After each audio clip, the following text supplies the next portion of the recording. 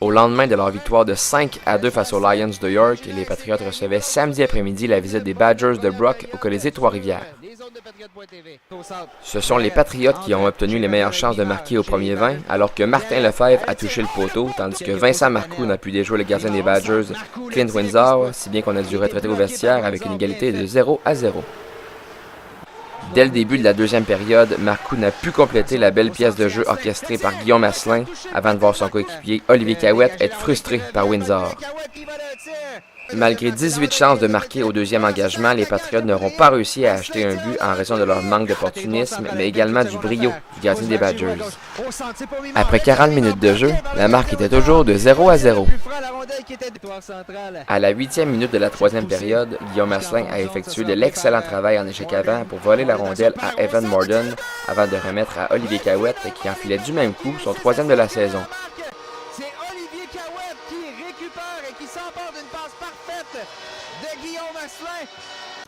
L'avance des Patriotes aura toutefois été de courte durée, alors que Greg Zambrosic a surpris Sébastien Auger d'un lancer précis par-dessus l'épaule droite et a ainsi poussé les deux équipes en prolongation.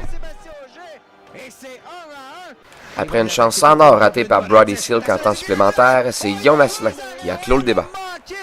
La séquence réamorcée. Poudrier entre chez peut-être Asselin. Guillaume Asselin qui complète un excellent match dans son cas et qui donne la victoire aux Patriotes avec un tir dans le haut de la cage de Clint Windsor qui avait connu tout.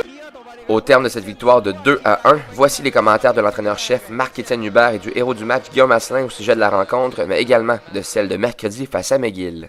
On savait que notre niveau d'émotion, d'énergie allait être plus bas aujourd'hui. On a joué hier un gros match de top 10 contre un des meilleurs programmes au Canada, York, qui avait le vent dans les voiles. Là. Donc on a dépensé beaucoup d'énergie, beaucoup d'émotion hier.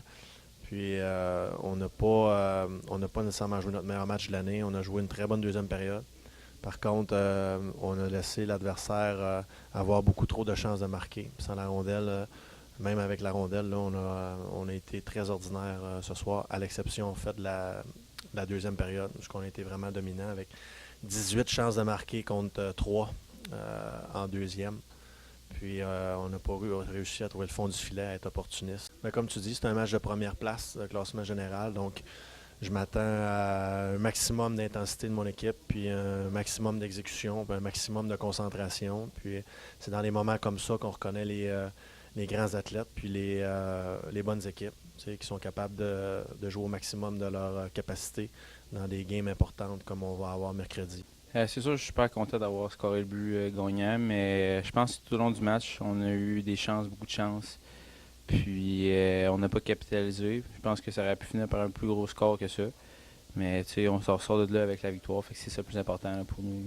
Ça va être vraiment un gros match. Je pense qu'il va y avoir beaucoup d'intensité. Puis il va falloir gagner absolument. Puis si on veut finir premier au classement, ça va être important. Avec cette victoire de 2-1 acquise en prolongation aux dépens des Badgers de Brock, les Patriotes concluent un week-end parfait à domicile, eux qui l'avaient également emporté vendredi soir par la marque de 5-2 face aux Lions de York. Prochain rendez-vous, c'est ce mercredi, alors que les Patriotes seront à Montréal pour y affronter le Redmond de McGill. À l'enjeu, rien de moins que le premier rang du classement général des sports universitaires de l'Ontario.